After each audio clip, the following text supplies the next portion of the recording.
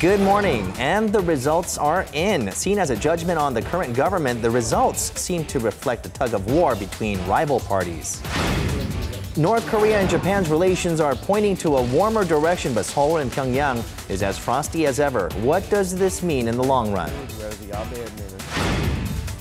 And the annual Dano holiday is one of the most celebrated next to the Lunar New Year's and Chuseok. We take a trip to the Gangneung Danoje Festival. Reuse, recycle, and revamp your makeup supplies. Out of trend doesn't mean it needs to be out in the trash. On Korea Today, Thursday, June 5th, 2014. From Arirang News, this is Korea Today. And good morning. Thank you for joining us on Korea Today. I'm Kim Young alongside Jin Ju and Kim Min-jung. Good morning, everyone. So the voters have spoken. It was the highest percentage of voters who cast their ballots in local elections in 19 years, but it wasn't a landslide victory for any side. Right. Local elections this time around is seen as a barometer of public sentiment towards the current Park Geun-hye administration, and it seems that the victory claimed by the ruling Saenuri Party in more than expected cities and areas is expected to give a boost to President Park Geun-hye's reform drive. She'll be able to fully focus on her key tasks, such as overhauling the government's safety management system and public sector. That's right. And some of the most closely watched and hotly contested regions, we will find out the details in this next report. That's right. And that is what we're going to be looking at in our report coming up. That's the top of the story. And we're looking at the cities of Busan and Incheon with candidates butting heads until the last minute in some areas. And our Lee has the results on some of the key posts on what this could mean for the current Park Geun-hye administration. Traversing the streets of Korea's capital on foot, incumbent Seoul Mayor Park Won-sun led his campaign for re-election in an up-close and personal manner. What helped the Liberal candidate from the New Politics Alliance for Democracy nab his landslide victory against rival seven-term lawmaker Chung Mong-jun. In facing another 4 years in office, Park was presented with a backpack and sneakers, a trademark of his campaign. I won't forget what the citizens told me, and I won't forget the many promises I made. Just like before, I will only think of the citizens and always be on the citizens' side. Thank you. But the victory declared early on in the capital was not so obvious in other areas, with candidates competing neck and neck in many key districts. Governor for Gyeonggi-do Province, which is Korea's largest constituency, was snatched up by Nam Kyung-pil from the ruling party by a single-digit percentage point gap. The opposition New Politics Alliance for Democracy emerged as a winner in key governor and mayoral posts by a narrow margin, securing 9 out of the 17 seats up for grabs, a result many attribute to the government's mishandling of the recent ferry disaster.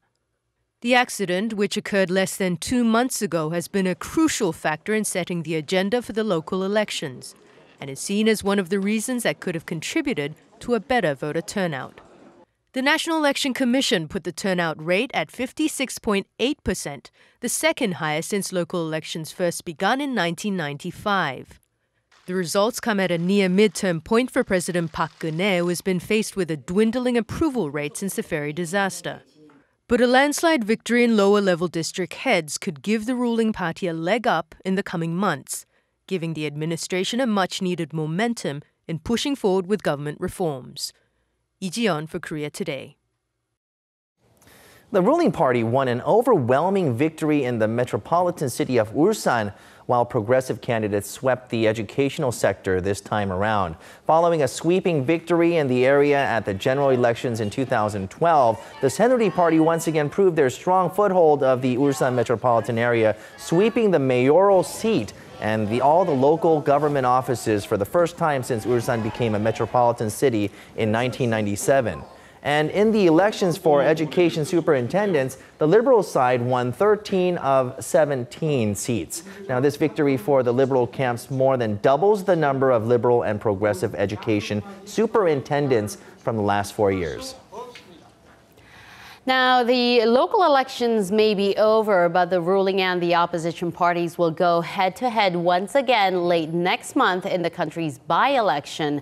A total of 12 parliamentary seats have been confirmed vacant, the majority of them due to lawmakers throwing their hat in the ring for the local elections, while 2 of the seats have been left unoccupied due to violations of election law.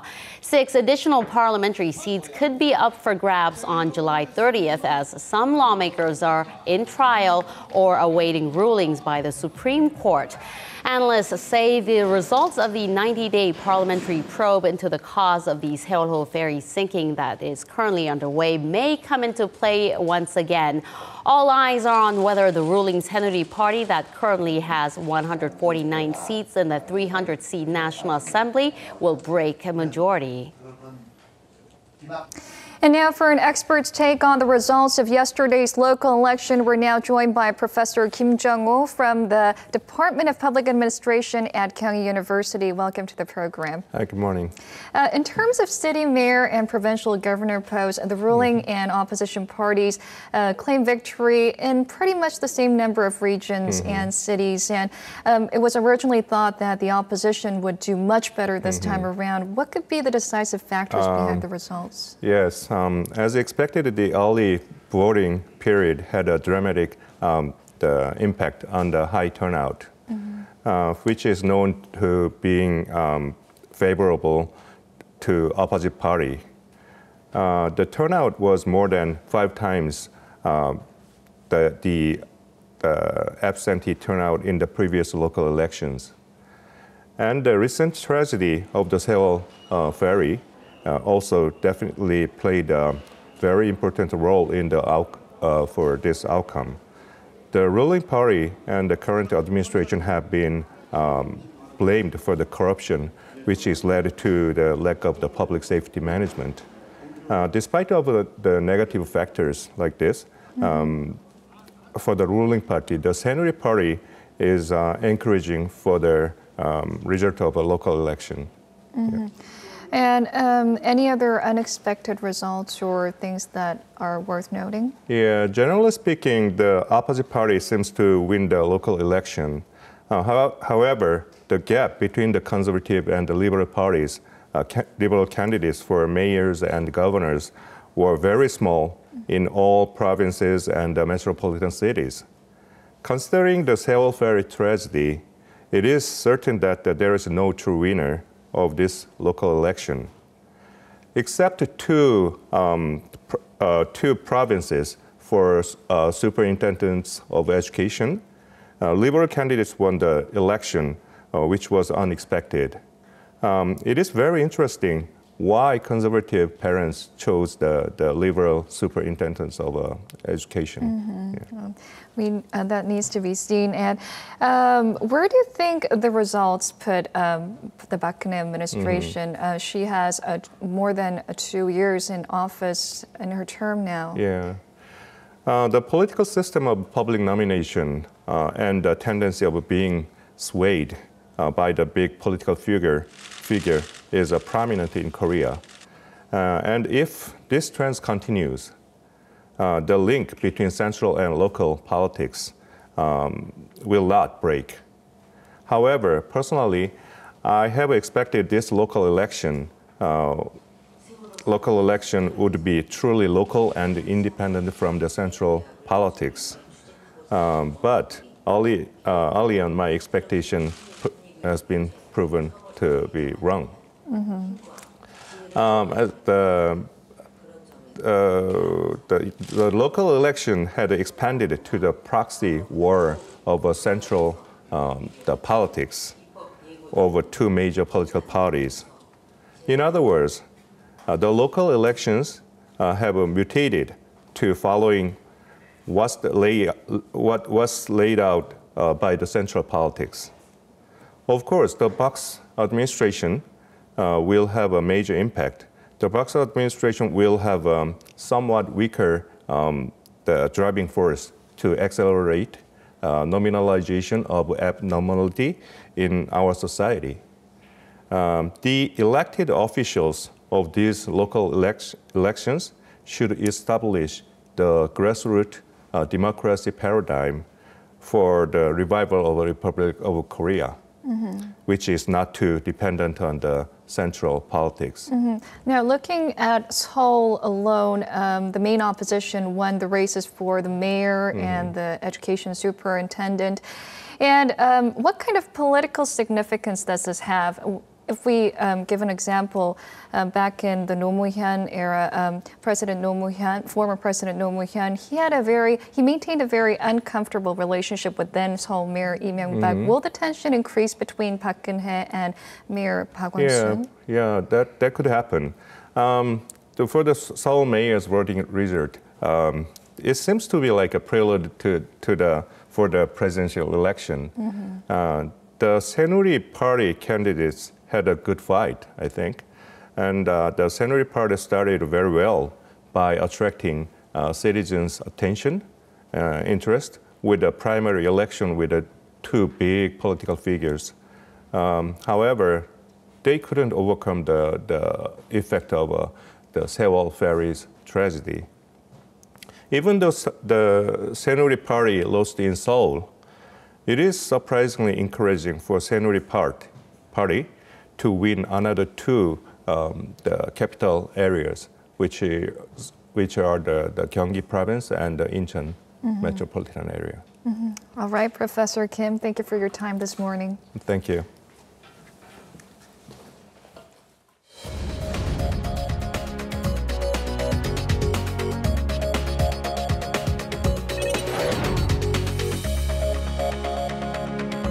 Good morning. Let's run through the front pages of your newspapers. This morning, the papers are, of course, all about the local elections. Let's go ahead and begin with the top story on 동아일보. And this story was written several hours ago, so please do bear in mind that the article is based on the facts as of 2 a.m. this morning. The headline reads, Saving Park Geun-hye wins over judgment of Seoul tragedy. Now, as the subheadline says, voter turnout reached 56.8%.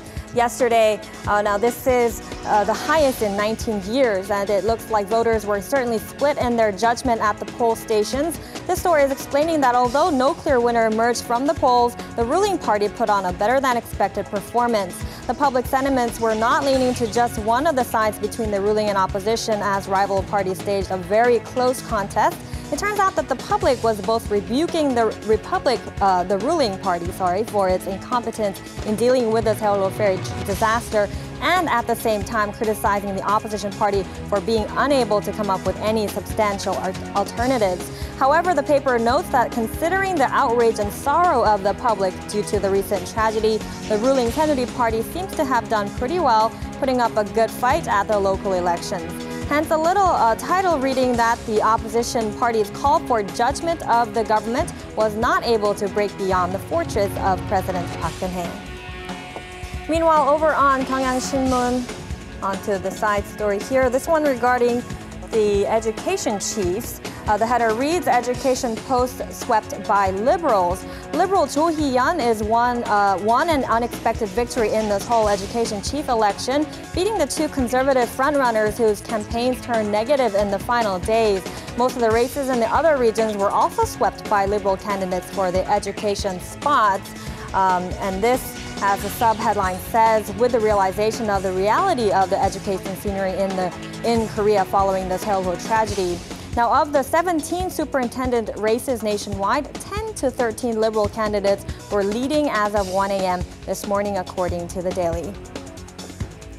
And over on 중앙일보, another top story regarding the elections with a similar angle here. The headline says, Big match in regional authority, major shift in educational authority.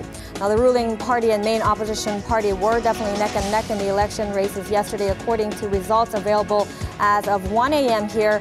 The sub-headline here notes that candidates for the ruling Saenuri Party and the opposition New Politics Alliance for Democracy were each elected in 5 of the 17 main mayoral and gubernatorial races. However, the paper adds that in 7 of the races, including the mayors of Incheon and Daejeon and governors of Gyeonggi-do, North Chungcheong-do and Gangwon-do provinces, these gaps were razor thin when the papers went to press. And now let's go on to some business news for a change of topic to this story on the right.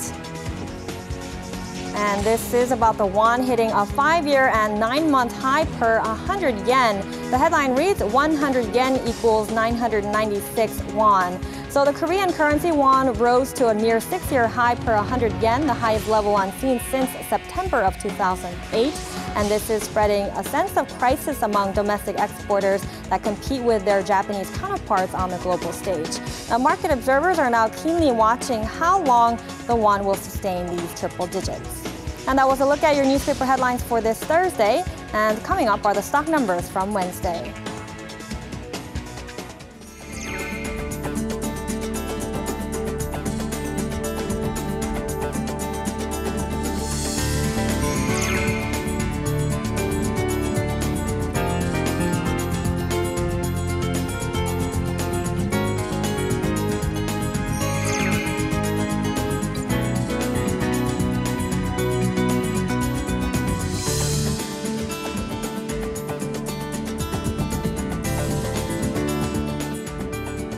So it didn't rain that much yesterday in Actually, Seoul. It was very nice in the capital. Maybe that contributed to the voter turnout. Now, we are looking at some muggy conditions today, though. Yep, that's right. So, when you head out, make sure to dress a little bit cooler. But Chun Song-cho has more on the weather for you guys. Good morning, Song-cho. Good morning. Good morning, guys. I'm reporting live by the Yangjaecheon stream, and the conditions outside are very comfortable and mild with lots of clouds in the skies, and the air feels quite nice and clean as well. Fantastic visibility. But however, towards the eastern regions of the peninsula, there are some areas that are receiving some precipitation, scattered showers in Gangneung province up to 20 millimeters, and just drizzles of less than 5 millimeters in Gyeongsang-do province and Jeju. The rest is pretty much covered with overcast skies all throughout. When we move into the afternoon, the sun will peek out more through those clouds in the west half of the peninsula, meaning including the capital area. On the other side, however, rain clouds will travel towards the upper east side of the peninsula, losing its power and shedding occasional drizzles mainly around the Gangneung province. Temperature-wise, midday highs are very similar to the annual average all around the nation, hovering just above 20 degrees Celsius. However, the eastern regions will be a little bit more towards the cooler side. And with that, let's take a closer look at today's temperature readings. Seoul is the warmest with highs of 26, and Busan and Gangneung are the coolest at 20 degrees Celsius. As you may know, tomorrow is a national holiday, and a lot of people are already hitting the road for weekend getaways. Conditions will clear out and temperatures will peak up once again, so look forward to a beautiful weekend. This is all for me with the weather update. Back to Minjung in the studio.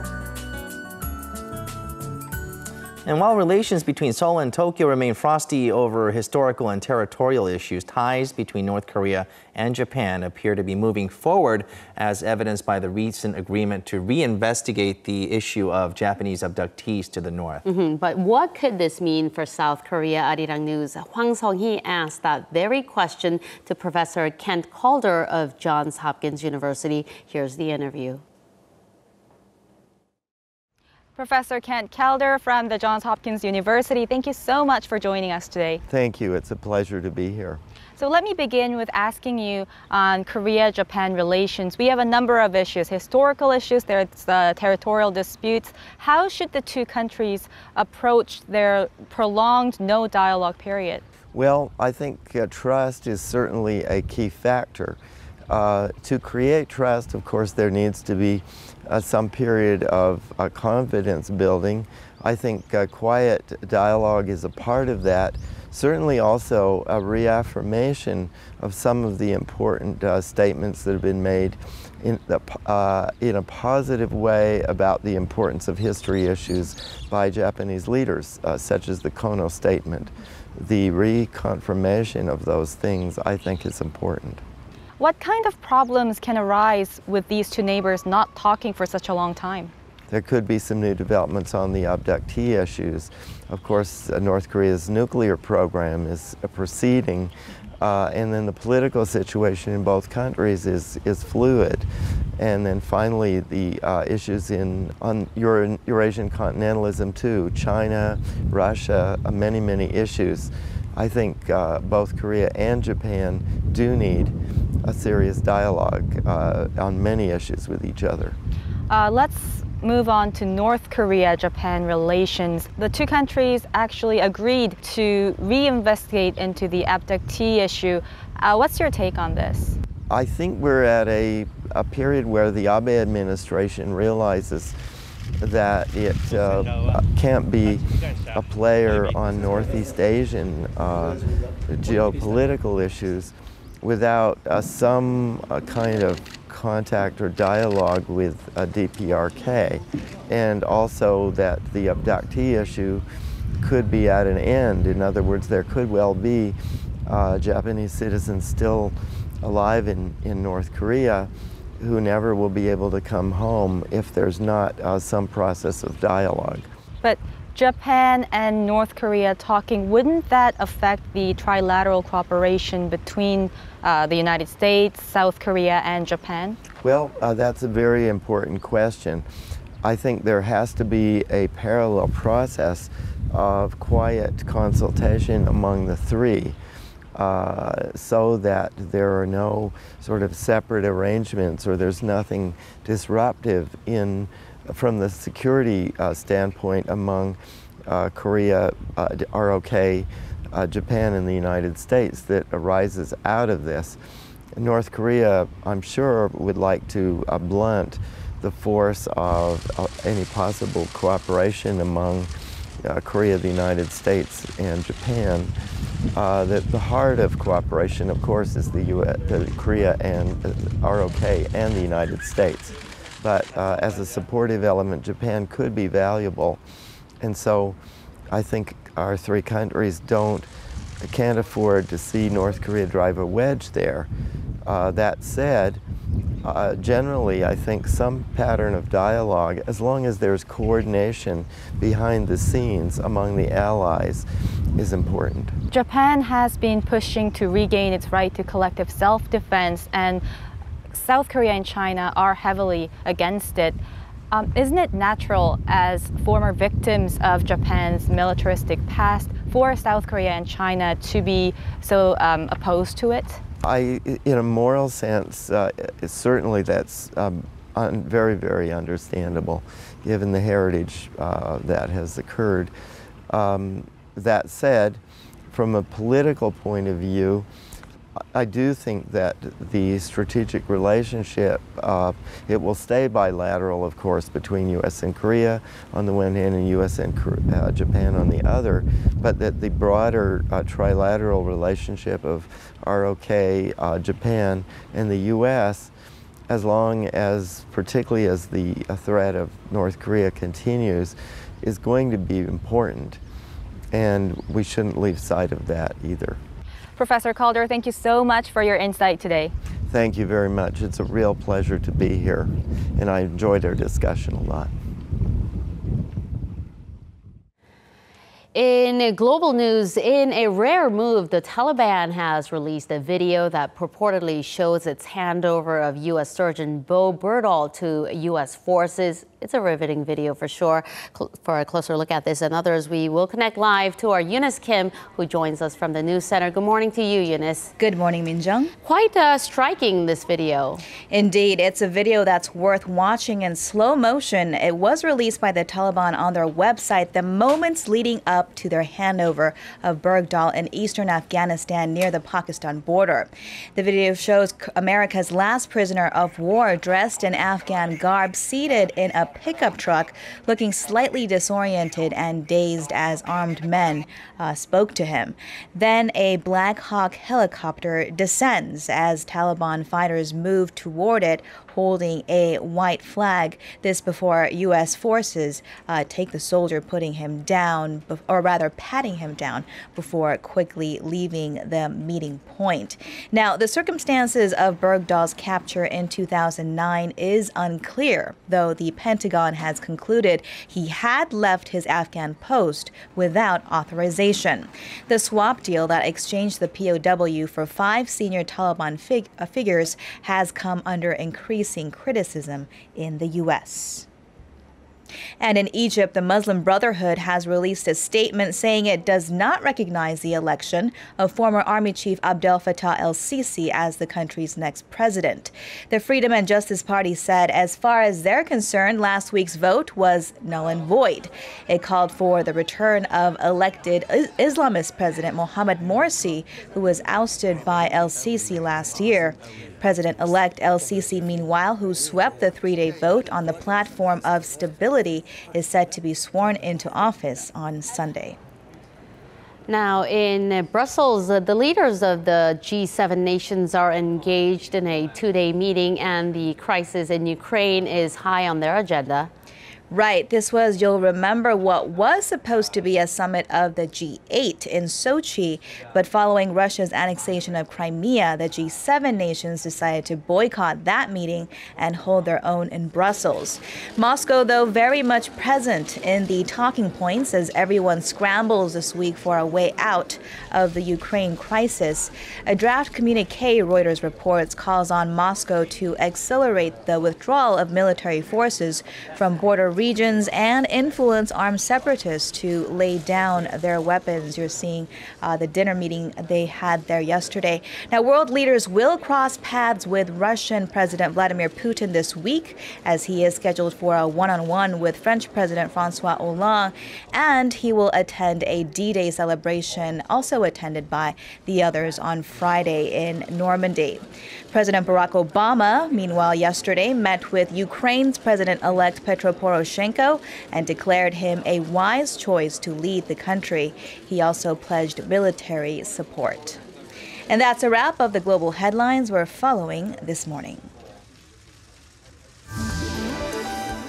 And still to come on Korea Today, one of Korea's top 4 representative holidays, Dano. Celebrations were in order, so we took a trip out to the UNESCO-inscribed Danoje Festival. Joy Mercadante joins us to share his story in a moment.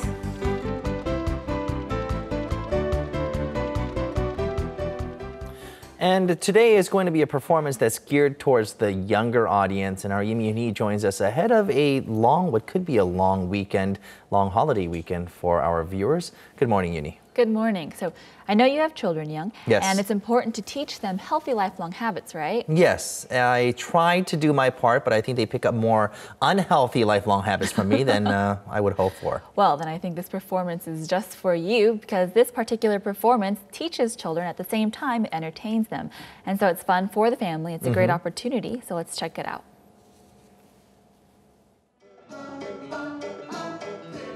Baby bear Frankie lives in a fairy tale land with his goblin friends. But one day they run into sweet bread that's very bad for your health. So they learn to leave the bread and continue on their journey. Based on a popular TV show, Frankie comes alive on the stage in the musical Frankie and His Friends. This musical teaches a lesson on the dangers of bad eating habits, and it also teaches the audience how to eat a healthy and complete diet with the help of the lovable bear Frankie. We wanted to create something at the eye level of children, something they can learn from. The message we want to send is something that's easily understood and applied. At the same theater is another type of performance, one that attracts audience members from all over the world. It's the traditional Korean musical Miso Baby Jangcheon, and it's just as popular as ever. The performance takes place in the Joseon Dynasty and incorporates comedy along with Korean traditions. The result is an entertaining performance that takes the audience back in time for a glimpse into the culture and traditions of Korea. And finally, for the parents, is a performance based on a popular French novella, Oscar and the Lady in Pink. This stage adaptation stars 72-year-old actress Kim Hae-ja, who plays 11 different roles in a story about a 10-year-old boy battling leukemia. It's a play that deals with life and death and touches the hearts of both the actors and the audience.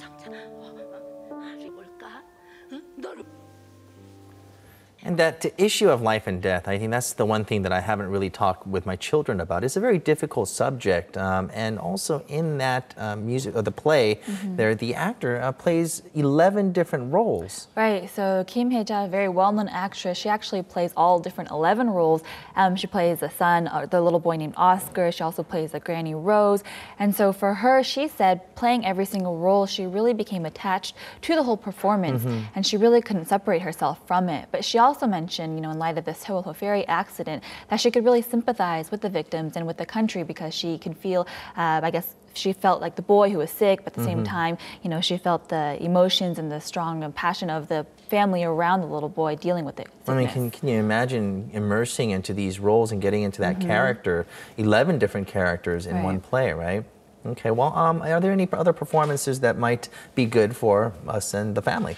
Right, so one of my favorite musicals is Wicked. I don't know if you've been able to see it, but that will play through the end of next month, and that is here in Korea, and it's a very entertaining, very popular musical. But another one is Singing in the Rain, and that actually opened today in Korea, and so you can check that out as well. That'll be popular this summer. It'll play for the next couple months. Well, it sounds great. There's plenty of cultural activities, theater, plays that we can go to. Thank you for that. My pleasure. And still ahead on Korea Today, we're going to be looking at makeup. Now, if you have a whole set of makeup that's out of trend, then the most likely thing is either throw it out or not use it or give it away to someone you don't like, right? Well, keep it, because there's some ways that you can recycle these, and you can mix and match some of these makeups to come out with different types of makeup for your skin, lipstick, and all that and more. And Jennifer Kim's going to join us with more on that.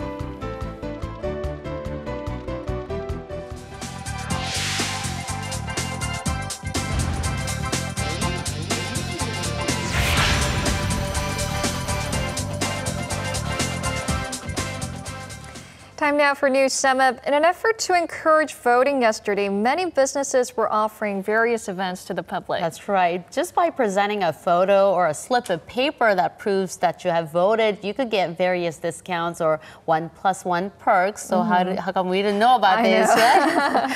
For more on this and other keywords, we'll go over to our Seo Mi-sorang, who joins us from the digital room. Good morning to you. Good morning. So it was a win-win situation all around.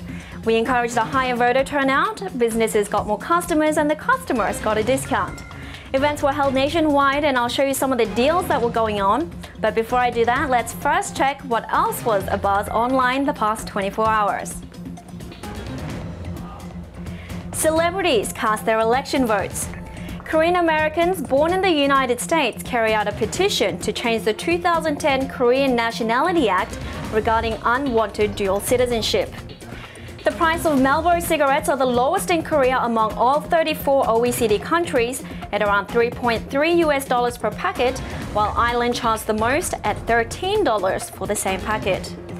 And according to a Nielsen Korea result released yesterday, the gender breakdown of Korean internet users is 53% male and 47% female.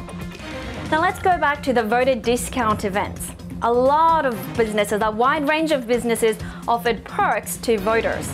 Events included 1+1 deals on tickets to concerts and sports games, as well as cheaper food and beverages and discounts on even parking tickets. Events were held nationwide, so let's check some of these out.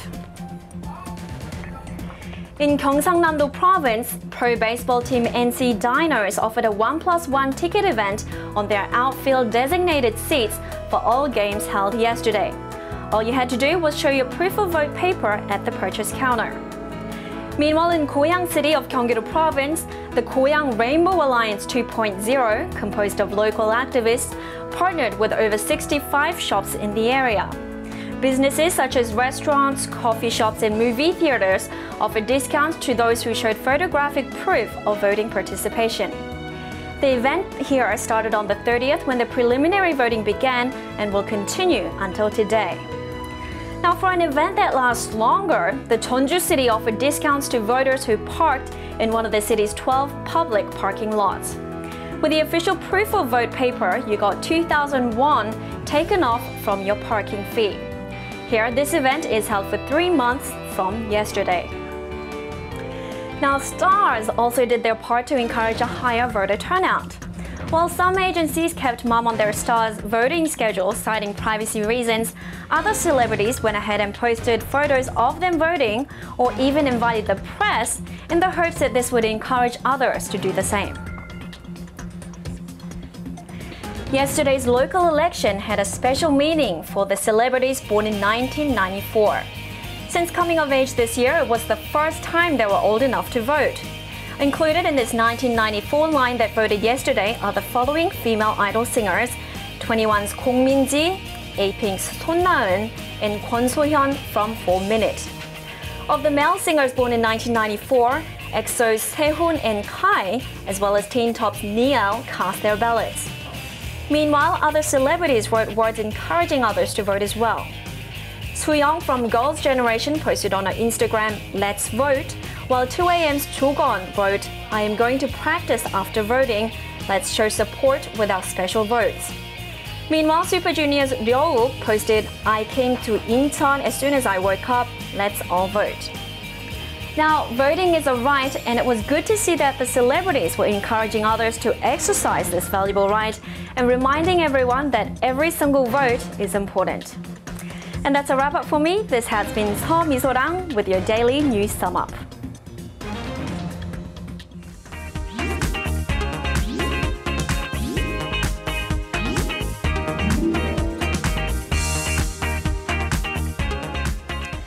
Dano is one of Korea's biggest traditional holidays, and ancestors referred this day as the start of summer and the end of the sowing season, and various events were enjoyed on this day traditionally. But it is one of the most underrepresented holidays too, and Joey Mercadante will change all of that and make this one of the most well-known, right, by covering this for us. Yeah, Good morning. Mercadante to represent. Good morning. You're correct. So I traveled to Gangneung in Gangwon-do province to celebrate the Gangneung Danoje Festival. Now this has been celebrated since the Goryeo dynasty, and it hasn't been stopped since then, which means it's been going on for 1,000 years. Wow. So I'm super honored to have been able to take part in this and to learn all about it. I've got lots to talk about. I've got some souvenirs to show you. So let's get straight to it and check out my adventures at the Danoje Festival. All right. The Gangneung Danoje Festival is visited by over 1.5 million people annually, and it takes place in Gangneung, a city that's about 3 hours from Seoul. It's a festival with a 1,000-year-old history and many unique qualities, which led to its UNESCO designation as an intangible heritage of humanity. Now I've been invited here to Gangneung Danoje Festival to learn everything there is to know about Dano. So come with me today and let's explore. You and I both are going to learn something new. I'm so excited. Can't wait. Come on. The Danoje Festival began as a way for people of all classes to celebrate the end of the sowing season, and it's now become one of Korea's 4 representative holidays. The two-hole.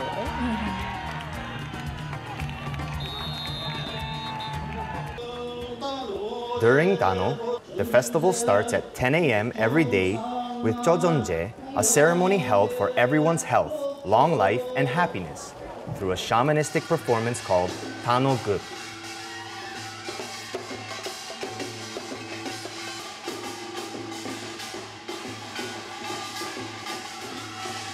For health and good harvest and Gangneung Danoje 다른 다노 페스티벌보다 달라요? The Gangneung Danoje has a 1,000-year history where the culture and tradition has been well preserved. It's the oldest festival in Korea. The Gangneung Danoje has been passed through the ages through the efforts of the people of Gangneung. The history, cultural uniqueness, and artistry of this festival has been recognized by the world. The Gangneung Danoje Festival is made up of various events, including sireum, a Korean style of wrestling. Men of all ages like to participate in this show of strength and skill. The festival competition brings out the best wrestlers in the area. And you are one of them. I'm nervous. I don't want to get dropped on my butt. But I'm ready for the challenge. we'll see how. Which area were you representing? All right, we'll see. The Korea Arirang. Today. Exactly. Oh, no. Oh, that's not very good, Joey. I actually, that's my victory. Oh, was that? Okay. Oh, you got it. Really Really enjoyed didn't know doing the this for rules. the first time.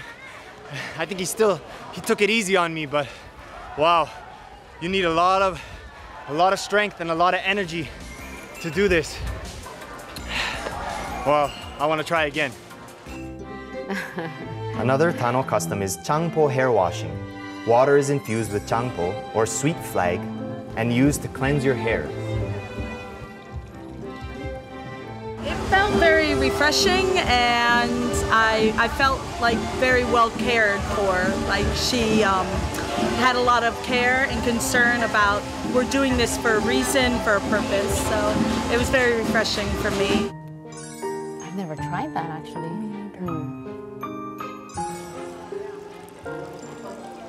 장보로 왜 머리 감아요?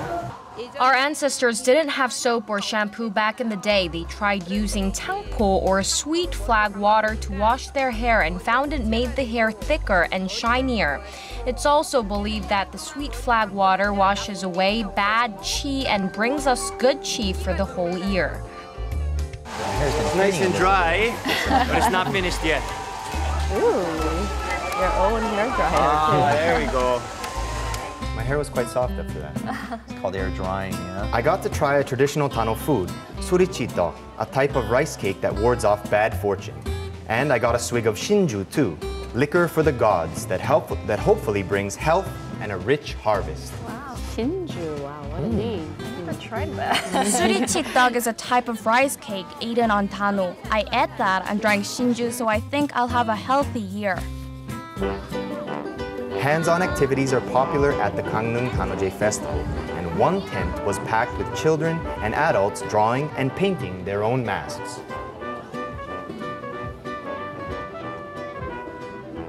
Today on K-Style, I'm gonna show you how to do eye makeup for your mask. I hope Jennifer approves of my my eye color coordination and the shading. What do you think? We'll find out what she thinks. A must-see performance, and one that is completely unique to the Gangneung Danoje Festival, is the Hwano Kamyeongguk, or mask drama. It's a satirical, non-verbal play about lower-class servants and upper-class aristocrats. A story about love and forgiveness. That's like the original satire of Korean performances, really. And you don't have to just watch, they encourage audience participation too.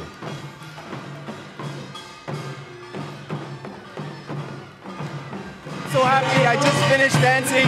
I feel really honored I got to be part of it. Oh, I'm a little out of breath, but that was really, really fun. The festival continues into the night, and the celebrations end very nicely with the Gangneung Danoje custom, Gangneung Tapgyo, or bridge walking. Everyone walks the bridge, an age-old tradition that's supposed to keep you safe from illness and ensure longevity. That must be quite a sight. Yeah.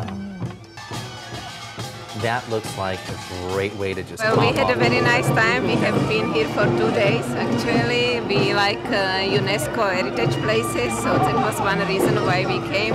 And also because Korea is very colorful, so many nice festivals with dancing and lots of traditions. So it was very interesting, and we were very happy to come here.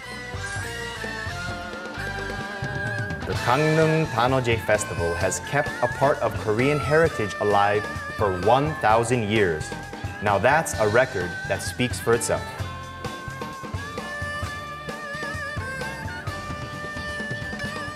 That You know, really is a record. It is a record, and we really have to give it to Joey over here. Apparently, he hurt his back filming some of the scenes from Shida. I'm okay. It was just a 1-day sort of soreness, but I feel much better now. I took one for the team. No need to worry. I'm okay. But you didn't win anything. I did win something. Oh, wow, you did too. This is my consolation prize. We'll talk about that in just a little bit. But it's 3 hours away, Gangneung.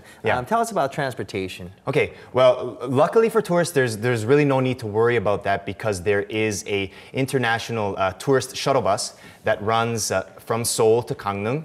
And you can get this bus at the Donghwa duty-free shop in front of Gwanghwamun. And it's only 5,000 won, round trip. Round trip? Yeah, super convenient and hassle-free. There's a tour guide that comes with you to answer any of your questions. And just a quick note that this bus is actually available for other major festivals going on in the Gangwon-do area, not just the Danoje Festival. So absolutely perfect. And if we want to get further details about the festival, there's so much things going on. Where can we get the schedule or like where it is happening?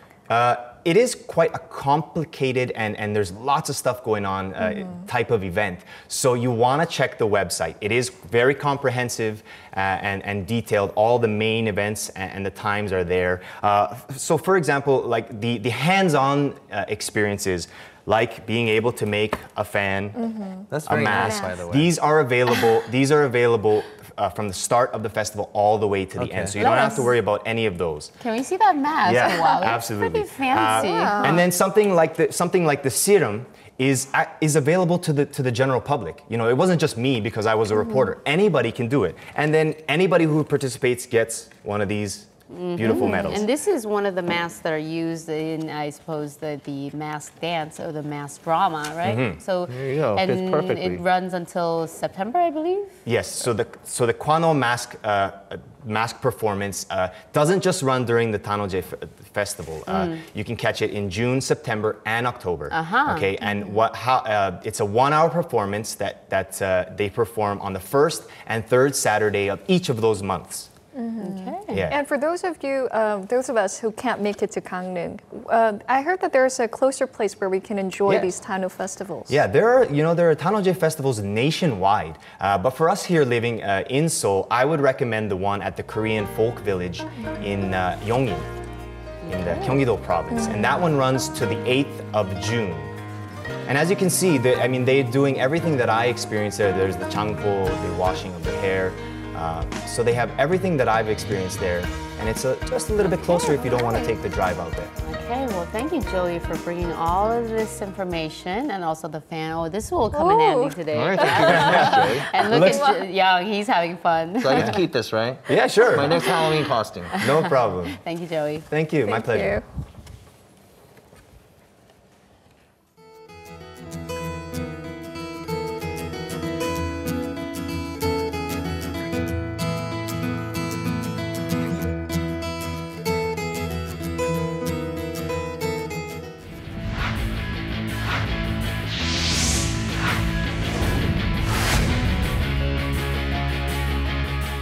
And good morning to you all as we kick things off in figure skating, where after nearly 4 months since the 2014 Sochi Winter Games, the controversy over Kim Yeon-a's silver medal has finally come to an end. And despite many of Kim Yeon-a's fans knowing it was a long shot, the complaint filed to the International Skating Union in regards to the free skating scoring was dismissed by the ISU. They stated that the scene where Adelina Sotnikova was seen hugging one of the judges after the competition was a natural act of congratulating the athlete and nothing else. They added that there's no clear evidence that the scoring was biased. Of course, Kim Yeon-a's silver medal finish led to an outcry amongst the fans and even the experts of the sport, even leading to a petition worldwide. And now moving over to LPGA this time, where despite Park In-bi's fall from the top of the ranking, the LPGA Korean golf fans are looking forward to this week when they might see history being made if Lydia Ko wins the Manulife Financial LPGA Classic. The 17-year-old Korean-New Zealand golfer, who's currently ranked 3rd in the LPGA ranking, can claim the top ranking if she wins the Manulife Financial LPGA Classic, and Stacey Lewis finishes lower than 7th. If she does achieve this, she will become the youngest LPGA golfer to be ranked number 1. And now finishing things off over in football, where the South Korean national football team is currently training over in Miami, are facing a huge setback in their condition training after a few players got sick. According to reports, star midfielder Ki Sung-young as well as Lee Bum-young failed to report to their training due to a cold that they caught after arriving in Miami. And it seems like the virus is spreading around the team as other players were seen sitting out after their passing drill. Meanwhile, the team looked to get back to 100% quickly before facing off against Ghana next week. And that's going to wrap it up for me. This has been SJ. See you guys again for your sports needs.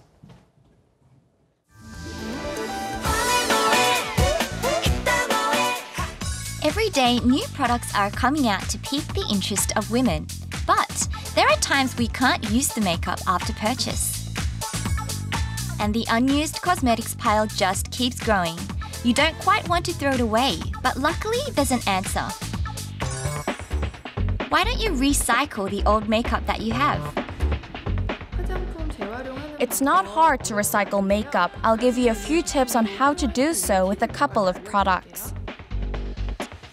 If your foundation feels heavy, try making your own BB cream using concealer and moisture cream. It'll give you coverage, but the cream keeps your skin hydrated. Now, what if you have dark circles under your eyes? Reach for a stick concealer and mix that with a little pink lipstick for instant under-eye concealer. It'll brighten up the skin there, and it stays put relatively well too. Do you have some extra moisturizing cream and pearly beige eyeshadow? Then we can make cream highlighter to accentuate the contours of your face. Get dewy skin by highlighting the T-zone and under your cheekbones. You can't use a lot of eyeshadow when it falls out of style. The good thing is that if you mix 2 or 3 colors with primer, you get a customized color. Select the color of the shadow and mix that with primer 4 parts to 1. We end up with a vivid eyeshadow cream that glides on like butter.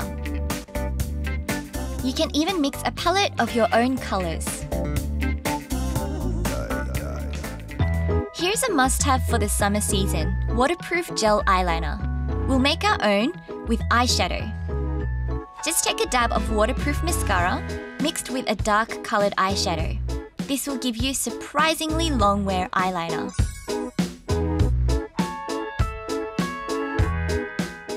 Do you have lipstick that's not so trendy anymore? Well, use it as a blush. Lipstick and foundation together makes for a nice cream blusher. So remember, if you have cosmetics that are out of style, don't toss it, reuse it.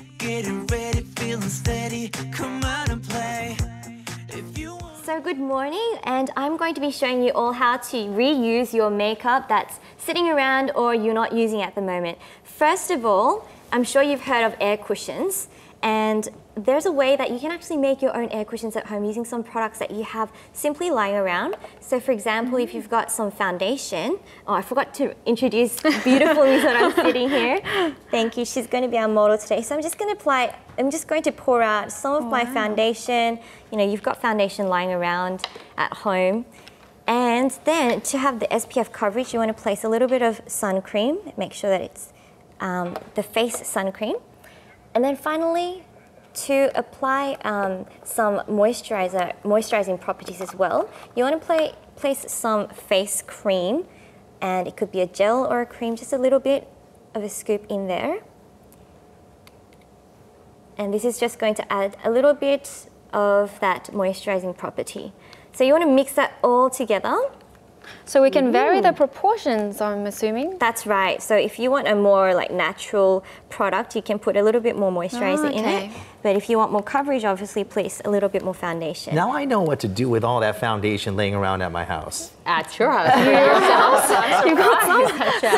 You've got this product here. If you want, you can also apply a little bit of highlighting product into it to place some illuminating property, and all you need to do is simply place your sponge on top, and you can buy these from like pharmacies everywhere for a very cheap price, and all you need to do is press it down a couple of times like so, and when you've got your puff, you've got your own air cushion.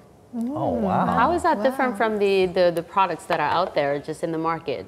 Well, you can basically make your own and tailor it to your own skin needs. Does it add more glow maybe to your skin? Or yeah, it depends on the ingredients that you place in it. So you can play around with it and suit your own face needs as well. Yeah, that's really great because, you know, these refills are very expensive for how little they contain normally. Maybe that's what the makeup companies do. Huh? We have a couple barrels of foundation left over. Let's mix it together and make a new product. Now, you can get sued for defamation there. Well, aside from making your own air cushions at home, you can also make your own cream eyeshadows with those eyeshadows that have possibly cracked on you, or the eyeshadows that don't really suit your face. So what I've done here is I've placed some of this yellow and a little bit of this white eyeshadow, a little bit less of the yellow, and I've mixed it together. And then what I've done is I've simply placed, just like the air cushion, some of the cream again. Yep. And you just mix it together, and once you've mixed it, you can make a cream eyeshadow like this if you put it into a little pot, like so. And you can use it as an eyeshadow. You can also use it as a highlighter all over the face. So I'm just going to place a little bit on your eyes to show you. Yep, so pastel yellows you can never go wrong with because you can use it as many different things on the face. You can highlight the eyes, you can highlight the brow bones, you can highlight the cheeks as well. And it's a just universal color that flatters all skin tones. So you know, I have a question. Is there an expiration date? Of course. So yeah. So definitely don't want to use expired makeup for this. So you're not using old products per se. You're using products that are out of style, but combining them to make them in style. Yeah, out of style or not your style. Okay. Okay, so apart from this also, you can also create your own using those samples that you get from cosmetics places when you purchase products. I've got a lot of those at home. If you've got a lot of them lying around, don't throw them out. You can use those toners by putting it into a little jar and adding a few drops of fragrance oil or perfume and using it on your body after a shower. And also for those lotions that you've got lying around as well, if you just add a little bit of brown sugar, you can use it as a body scrub all over your body. So a lot of creative ways to reuse your makeup. Good idea. Save your money too. Sexy idea too. Thank you so much. I hope you enjoyed this segment, and I'll see you again here next week. Thank you, Jennifer. Thank you. Thank you. Thank you, Misora, for that. Thank you. All right, that's all we have prepared for you on this Thursday morning. That's right. Enjoy your Thursday, and we'll see you back here tomorrow morning at 7 a.m. Thanks for watching. Bye-bye. Bye.